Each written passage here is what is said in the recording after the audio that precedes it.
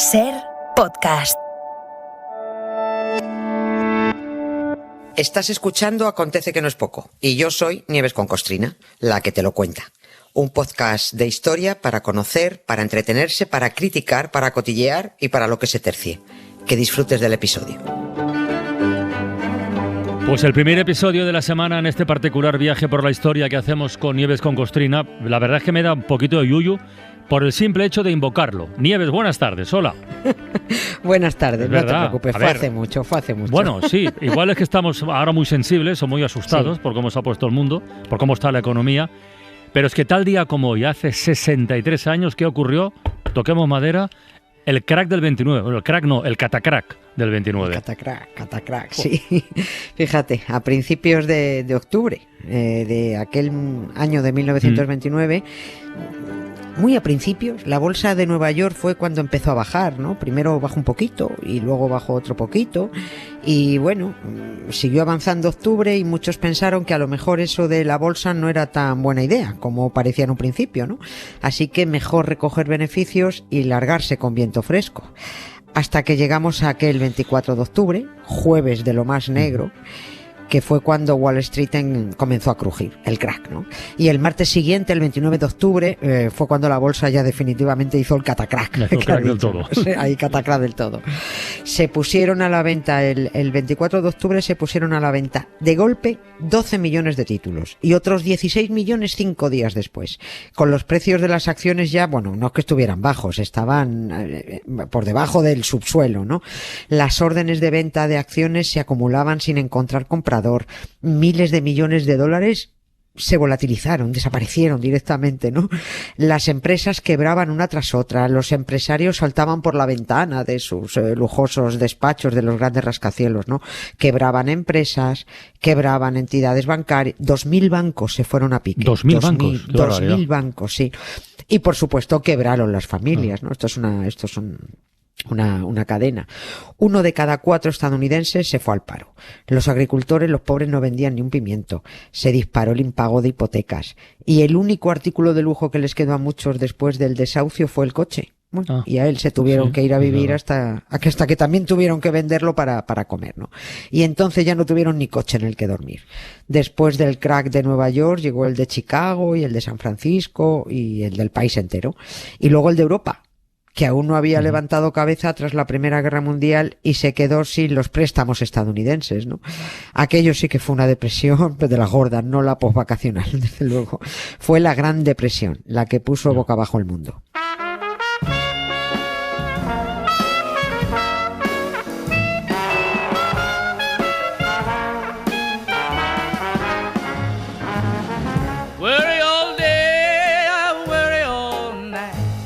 Every time my man comes home and wants to fuss and fight, when I pick up the paper to read the news, just as I'm satisfied, yonder come those blues.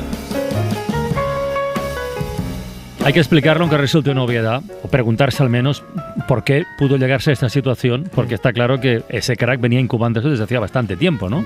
Sí, esto no fue de un día para otro, se venía cociendo. Y bueno, ahí están los felices años 20, ¿no? Tras aquella horrible gran guerra, ¿no? Que hubo, bueno, pues un despiporre económico, ¿no? Estados Unidos parecía un paraíso económico casi invulnerable, ¿no? La bolsa subía y subía y subía. Oye, y es que hasta el Marzo Penco invertía en Wall Street, ¿no? Cuanto más se invertía, más subía, y cuanto más subía, más invertía. Era un ciclo en el que se metieron y no paraban, ¿no? Los empresarios recogían beneficios a manos llenas, los consumidores, pese a tener los sueldos estancados, bueno, pues a lo suyo, a consumir, a lo loco. Y claro, para consumir había que pedir créditos. ¿Cómo nos suena esto? Claro, y venga coches, venga electrodomésticos, fue la época de los el boom de los electrodomésticos, ¿no? Y coches, electrodomésticos, artículos de lujo, se pedían créditos hasta para invertir en bolsa, porque los tipos de interés eran bajísimos y acceder al dinero era muy fácil. Bueno, pues como en la bolsa se gana mucho, dame un crédito para invertir en la bolsa, ¿no? Era un poco loco, ¿no? Aquel 24 de octubre, aquel jueves negro, se descubrieron de golpe todas las trampas que tenía aquella fiesta, ¿no? Porque como gran parte del dinero invertido era producto de los créditos bancarios, en cuanto la bolsa se hundió, pues los ahorros se esfumaron. Claro. ¡Fuf! Todo hizo plof. Todo era una burbuja, ¿no? Ya no se podían pagar esos créditos y, por supuesto, los bancos tampoco podían cobrarlos, ¿no? Y esto fue así por lo que respecta al plano doméstico estadounidense, porque en el plano internacional fue igualmente trágico. Estados Unidos era el primer exportador mundial de materias primas, de alimentos, de productos manufacturados, y la crisis económica mundial llevó a que los países dejaran de comprar. No tenían para comprar, pues no compraban nada, ¿no? La economía yanqui se ahogó en una superproducción de productos que ya no tenían comprador, ¿no? En fin, una cosa fue tremendo, ¿no? Pero yo creo que para no hacer muy árido este tema económico, que además lo explicaría muchísimo mejor Javier Ruiz, que para esto es el experto, yo creo que sí podríamos tocar mejor algún efecto colateral que trajo la Gran Depresión, ¿no? A ver, Central Park ocupado por un enjambre de chabolas, las palomitas en el cine, las uvas de la ira, el cambio climático, porque aunque parezca mentira, todo esto está muy relacionado. A ver, momento. ¿Lo de comer palomitas en el cine está relacionado con el crack, con la Gran Depresión? Mucho. Todo. Ahí empezó la costumbre que tanto molesta a muchísima gente en el cine, ¿no? Lo de comer palomitas, ¿no? Y es que ir al cine se convirtió durante aquella Gran Depresión en el más accesible medio de distracción para tantísima gente desempleada durante la década de los años 30 y principios de los 40, ¿no? El cine te permitía evadirte, y iba muchísima gente, ¿no? Y además el cine estaba en una de las edades de oro que llaman, en pleno auge. El sonoro había llegado en 1927, y ya en los años 30, pues fíjate, los hermanos Marx, para partirse, ¿no? Fred Astaire y Ginger Rogers, bueno, pues te hacían volar con sus bailes. Ahí estaba King Kong, estaba Tarzán, las pelis de gángsteres, ¿no?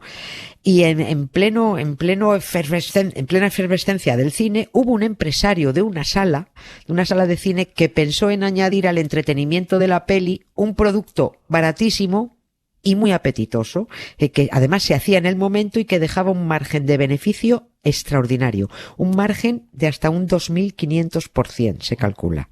Ese producto eran las palomitas de maíz, y hasta aquí han llegado, ¿no? Y fíjate que sin dejar el cine, he mencionado una película que tiene todo que ver con la Gran Depresión, Las uvas de la ira, peliculón, qué maravilla, por favor, que está dirigida por John Ford, basada en la novela de John Steinbeck, ¿no? Y protagonizada por Henry Fonda. Es la historia de una familia de granjeros de Oklahoma que tras el crack del 29 tienen que abandonar su tierra, como otros muchos miles, por supuesto, por la sequía del Dust Bowl, que se llamó. Y emigraron camino de un error, emigraron camino de California.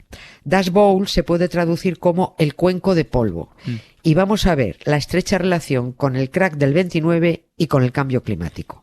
Cómo el hombre se busca la ruina cargándose la naturaleza, cargándose su propio sustento. I'm a Dust Bowl refugee, just a Dust Bowl refugee. From that Dust Bowl to the Peach Bowl, now that peach fuzz is a-killing me. Pues nada, ya tardas en explicarlo, ¿qué era eso del Dust Bowl? El cuenco de polvo sí. A ver, primero tenemos que intentar visualizar las grandes llanuras de Colorado, de Kansas, de Nuevo México, de Texas, de Oklahoma, esas llanuras que en el siglo XIX estuvieron cubiertas de hierba fresca y muy abundante que alimentaba las manadas de bisontes. Hemos hablado hace poco de ello, esas manadas que hicieron desaparecer los rostros pálidos para acabar con vamos a acabar con los bisontes, así acabamos con el sustento de los nativos americanos y conseguimos rendirlos, ¿no? Y eso hicieron, así ocurrió, ¿no? Bien, pues una vez desaparecidas las manadas de bisontes, los colonos utilizaron aquellas verdes llanuras para su ganado. Millones y millones de cabezas de ganado vacuno. La época de los vaqueros, que también está en el cine, ¿no? Las pelis de vaqueros, ¿no? Todo muy peliculero. Pero claro, llegó la Primera Guerra Mundial y como el precio de la carne cayó en picado, los granjeros dejaron el ganado y dedicaron sus tierras al cultivo de trigo. Mucho trigo, que estaba muy bien pagado y era un cereal muy demandado por todos los países en guerra. Pero ocurrió que en los años 30 llegó la sequía, una tras otra. Se fueron encadonando sequías y las cosechas se fueron a la porra. Y aquellas llanuras de Oklahoma, de Kansas, de Colorado, se convirtieron en interminables esplanadas secas y polvorientas. Allí los fuertes vientos provocaban unas tormentas de arena alucinantes, ventiscas negras las llamaban, ¿no? Los pocos cultivos que conseguían sacar adelante, el polvo los arruinaba. Los pocos animales que quedaban acababan con los ojos dañados por el polvo que se les metía, ¿no? Las personas se enfermaban de neumonía, ¿no? Las plagas de saltamontes devoraban las pocas plantas que quedaban, ¿no? Aquellas grandes llanuras de hierba por donde pacían los bisontes eran ahora planicies de polvo. Eso es lo que llamaron el cuenco de polvo, el Dust Bowl, ¿no? Si a la sequía, a la ruina de las cosechas y a la hambruna añades en los años 30 la Gran Depresión, solo quedaba emigrar. Y eso es lo que hace la familia de las uvas de la ira, emigrar a California. ¿Y por qué fue un error tomar camino de California? Pues porque allí solo les aguardaban penalidades, de injusticias, abusos, explotación, mal recibimiento de los californianos, que se sentían invadidos por esos catetos del Dust Bowl que llegaban en masa con sus coches polvorientos, cargados hasta los topes con las sartenes y los cubos y los baúles ahí viejos que iban amarrados por fuera de los coches, ¿no? A toda aquella caravana de migrantes muertos de hambre los llamaban Okeis por Oklahoma, por el AOCA de Oklahoma, ¿no? Pero es un mote que les pusieron a todos los refugiados del Dust Bowl, todos arrojados a la carretera, a la famosa Ruta 66 que atravesaba aquellas llanuras polvorientas camino de los campos fértiles de California, pues en busca de trabajo como temporeros, ¿no?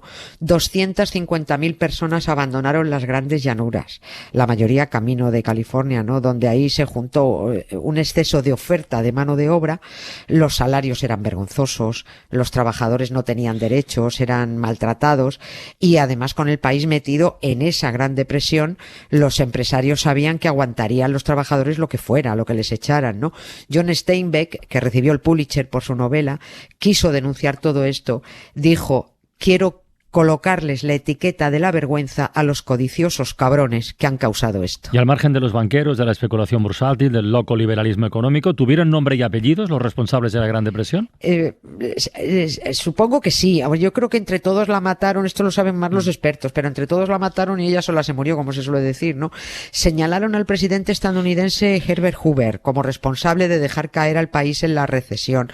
De hecho, su apellido quedó perpetuado y unido a la miseria porque se fueron creando por todo Estados Unidos poblados de miles de chabolas, de familias y personas sin hogar, víctimas de la Gran Depresión. A esos poblados los llamaban Hoovervilles, en el nombre del presidente. El poblado de chabolas que creció en Central Park fue uno de los más famosos, ¿no? Que no era más que otra llanura polvorienta que el Central Park, a la sombra de impresionantes rascacielos, desde donde seguían saltando los arruinados por el crack bursátil que empezó en Wall Street aquel martes negro de 1929. Otro jueves negro en el Wall Street Journal. Desde el 29 la bolsa no hace crack. Cierran la oficina, crece el desvarío.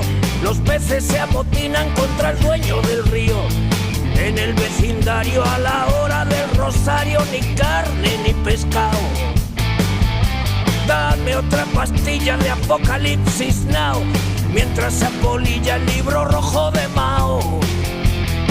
¿Ves cómo daba Yuyu, Nieves? Sí. Mucho Yuyu. Sí, he dicho martes, no, fue el jueves negro. Jueves negro. Venga, un beso, hasta mañana. Para no perderte ningún episodio, síguenos en la aplicación o la web de la SER, Podium Podcast o tu plataforma de audio favorita.